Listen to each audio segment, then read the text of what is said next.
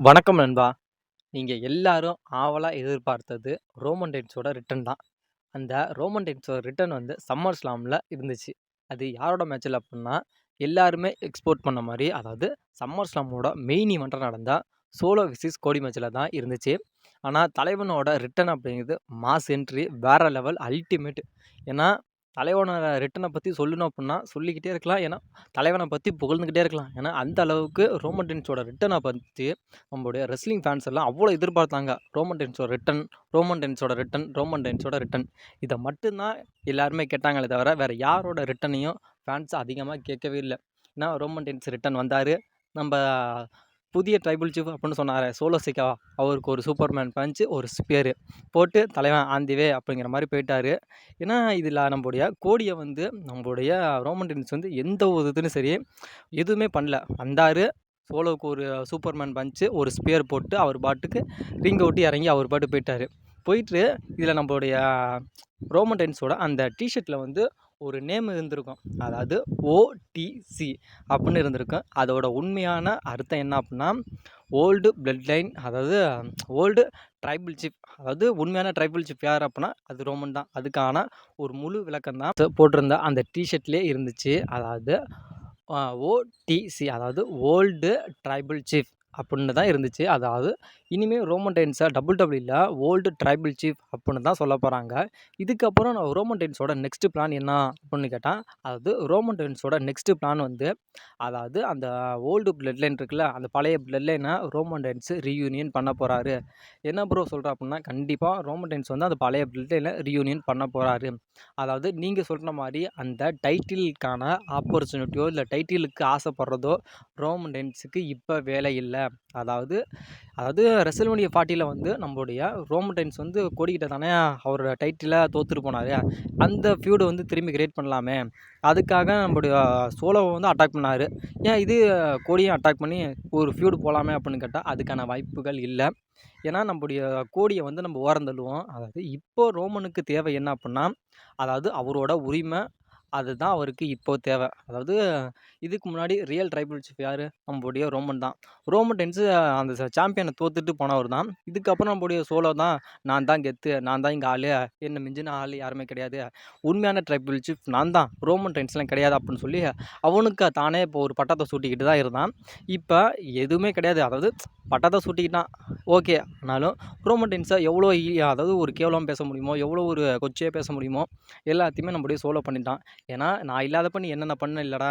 அதாவது நான் உண்மையான அரசன் நான் வந்துட்டேன். இனிமே என்னோட ஆட்டத்த பாரு. என்னோட பயணங்கள் என்னென்ன இருக்கும், என்னோட நடவடிக்கைகள் என்னென்ன இருக்கும் அப்படிங்கிற மாரி ரோமன் ரெயின்ஸ் அவரோட நெக்ஸ்ட் ஸ்டெப்ப தொடப் போறாரு. நெக்ஸ்ட் ஸ்டெப்பா என்ன பண்ண போறார்ன்னா, அந்த ஓல்டு பிளட் லைன் இருக்குல்ல, நம்முடைய ஜிம்மி, சேமி ஜெயின் இருக்காங்களா, அவங்க எல்லாத்தையுமே ஒரு பிளட் லைனா ரீயூனியன் பண்ணி, நம்மளுடைய தலைவன் வந்து ரீயூனியன் பண்ணி ஒரு புதிய ஒரு பிளட் லைனை உருவாக்க போகிறார். அதாவது புதிய பிளட் லைன்லாம் புதுசாக கிரியேட் பண்ணல, அந்த பழைய பிளட் லைனை உருவாக்கி ஒரு புது சரித்திரத்தை WWE உருவாக்க போகிறாரு நம்மளுடைய ரோமன் ரெயின்ஸ்.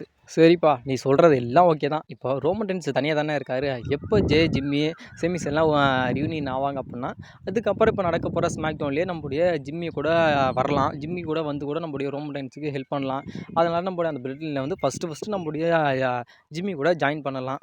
ஏன்னா, இதுக்கு முன்னாடி அதாவது ரோமன் ரெயின்ஸ் வந்து இந்த ட்ரைபல் சீஃப் அப்படின்னு அந்த ஒரு கேரக்டர் பண்ணுறப்ப ஃபஸ்ட்டு நம்மளுடைய ரோமன் ரெயின்ஸ் கூட இருந்தது யாருன்னு கேட்டால் நம்மளுடைய ஜே தான் இருந்தார். அதுக்கப்புறம் தான் ஜிம்மி வந்து ஜாயின் பண்ணார். இப்போ அதை அப்படியே உல்டாவாகி நம்மளுடைய பிளட் லைனில் திரும்பி ஒரு யூனியன் பண்ணுறப்ப நம்மளுடைய ஜிம்மி வந்து ஜாயின் பண்ணி அதுக்கப்புறம் நம்மளுடைய ஜே கூட வந்து ஜாயின் பண்ணலாம். அதுதான். ஏன்னா, நம்மளுடைய ரோமன் ரெயின்ஸுக்கு வந்து ஒரு ஸ்டேபிளை உருவாக்குறது அப்படிங்கிறது ரொம்பவும் சுலபமான காரியம் இல்லை. ஏன்னா, அது நம்மளுடைய தலைவனுக்கு அது இருக்குது. ஆனால் ஈஸியான விஷயம் தான். இதுக்கப்புறம் நம்ம ஷீல்டில் இருப்ப கூட நம்மளுடைய ஷீல்டை வந்து எப்படி ஒரு யூனியன் பண்ணாருன்னு தெரியும். அதுக்கப்புறம் இப்போ வந்து நம்முடைய பிளட் லைன் இருக்குல்ல, அதாவது ஓல்டு பிளட் லைன், அதை எப்படி நம்மளோட தலைவர் யூனியன் பண்ணார் அப்படின்னு தெரியும். இதனால நம்முடைய ரோமன் ரெயின்ஸ் வந்து அந்த ஸ்டேபிளை உருவாக்குறது அப்படிங்கிறது கொஞ்சம் ஈஸியாக தான் இருக்குது அப்படின்னு என்னோட கருத்து. ஏன்னா பார்க்கலாம், மேபி என்ன பண்ணுறாங்க அப்படின்ட்டு பார்க்கலாம். இப்போ வந்து நம்முடைய கோடி ரோட்ஸோட ஒரு கதைக்கு வருவோம். நம்முடைய ரோமன் ரெயின்ஸ் வந்து நம்மளுடைய கோடியை வந்து எதுவுமே பண்ணாததுக்கு காரணம் என்னென்னா, அது வந்து டைட்டிலுக்கான ஒரு ஆப்பர்ச்சுனிட்டிஸ், டைட்டிலுக்கான ஒரு எந்த ஒரு வேலையும் இப்போது ரோமன் ரெயின்ஸுக்கு வேணாம். அதாவது அவர் முழுக்க சோலோவோட ஒரு ஃபியூடு போக போகிறாரு. சோலோ கூட ஒரு ஃபியூடு போய் இவங்களுக்கான ஒரு ஃபியூடு கிரியேட் ஆக போகுது கண்டிப்பாக. அதாவது சொன்ன மாதிரி தான், சோலோ கூட யார் இருக்கான்னா டாமாலாங்கா, ஜாக்கா போட்டு இவனுங்க இருக்கானுங்க. ரோமன் ரெயின்ஸ் கூட யார் இருக்கா? யாருமே இல்லை. அதுக்கப்புறம் ஜிம்மி, ஜே, செமி 100% இவங்க ரியூனியன் ஆவாங்க. ரியூனியன் ஆனா எப்பொழுதும் சொல்ற மாரி, இப்ப சர்வை சீரிஸ்ல உங்களுக்கான ஒரு வார் கேம் கண்டிப்பா நடக்கப் போகுது. நடக்காம கிடையாது. கண்டிப்பா அது நடக்கப் போகுது. இப்ப சம்மர் ஸ்லாம் முடிஞ்சிருச்சுப்பா. சம்மர் ஸ்லாமுக்கு அடுத்து எந்த பேப்பர் அப்படின்னு கேட்டா, பேசன் பெர்லின். இது வந்து ரொம்ப ஒரு பெரிய பேப்பரியா அப்படின்னு கேட்டா, அந்த ஒரு பேப்பரையும் கிடையாது. ஒரு மண்ணும் கிடையாது.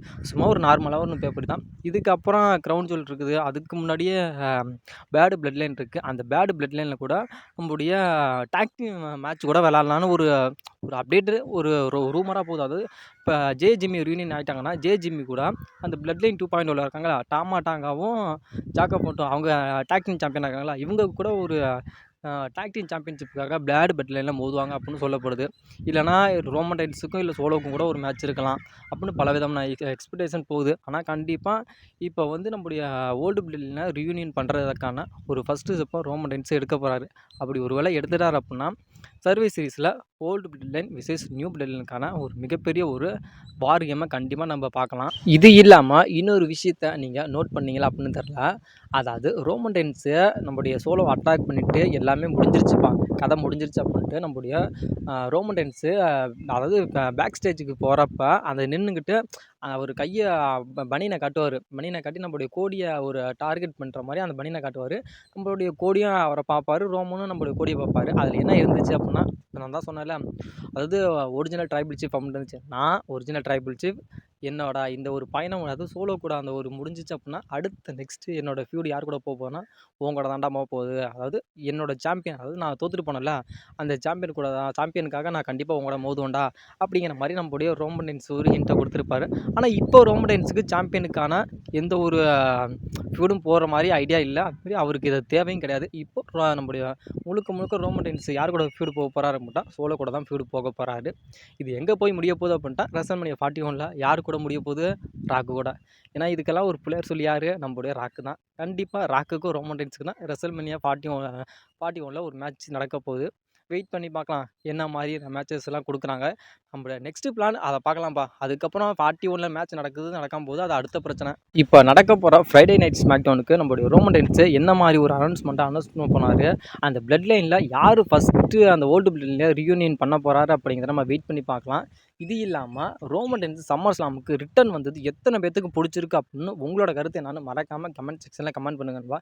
இது இல்லாமல் ரோமன் ரைன்ஸை பற்றி வேறு ஏதாவது அப்டேட் இருந்துச்சுன்னா கண்டிப்பாக நான் உங்களுக்கு அப்டேட் பண்ணுறேன் நண்பா.